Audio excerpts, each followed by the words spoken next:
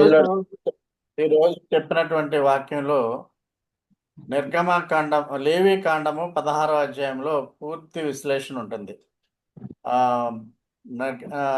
లేవి కాండము 16వ అధ్యాయంలో ఇశ్రాయేలీయులు పాప పరిహారానికి ఏడాదికి ఒక్కసారి ఏ విధముగా వారు పాప పరిహారము పాప ప్రాయశ్చిత్తం జరిపించుకుంటారన్న విషయాలను మీరు చూడవచ్చును.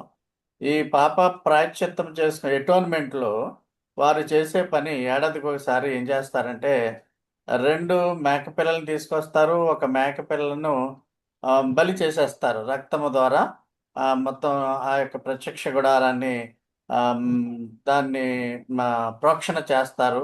అదేవిధంగా విడిచిపెట్టే గొర్రె, ఒక గొర్రె బలియాగం అయిపోతుంది. దాన్ని గాడ్స్ అలా గోట్ అంటారు. రెండవ గోటు మీద, రెండవ మేక మీద ఈ యొక్క రక్తాన్ని చల్లి అరణ్యంలో పంపించేస్తారు. దాన్ని స్కేప్ గోట్ అంటారు ఇంగ్లీష్లో. అజాజెల్ అని దానికి ఒక పేరు ఉన్నది. ఈ రెండు కూడా, ఒకటి బలియాగం అవుతుంది, రెండోది పాపాలని మోసుకుపోతుంది. బలియాగము పాపాలను మోసుకోవడం అనేది విడిచిపెట్టే మేక, అదేవిధంగా బలి అయిపోయేటువంటి మేక చేసే పనులను యేసయ్య ఒక్కసారి చేశారు. ఏడాదికి ఒకసారి ఇంకేం మనం చేయక్కర్లేదు. ఒక్కసారి ఆయన బలియాగం చేయడం ద్వారా మనమంతా కూడా పాప ప్రాయశ్చిత్తం పొందగలుగుతున్నాం. ఇశ్రాయేలీయులకు పాప ప్రాయశ్చిత్తము 7 ఏండ్ల శ్రమకాలంలో చివరిలో జరుగుతుంది వారికి.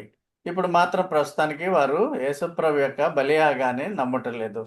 యేసుప్రభు చేసినటువంటి గొప్ప కార్యం బట్టి దానికి మనం ఆయన ద్వారా మనం రక్షింపబడిన జనులం కాబట్టి ఆయనకి ఎప్పుడు మనము స్తుతులు చెల్లింపబద్దులమై ఉన్నాము. ఇప్పుడు వచ్చిన వారందరికి కూడా వందనాలండి. మరి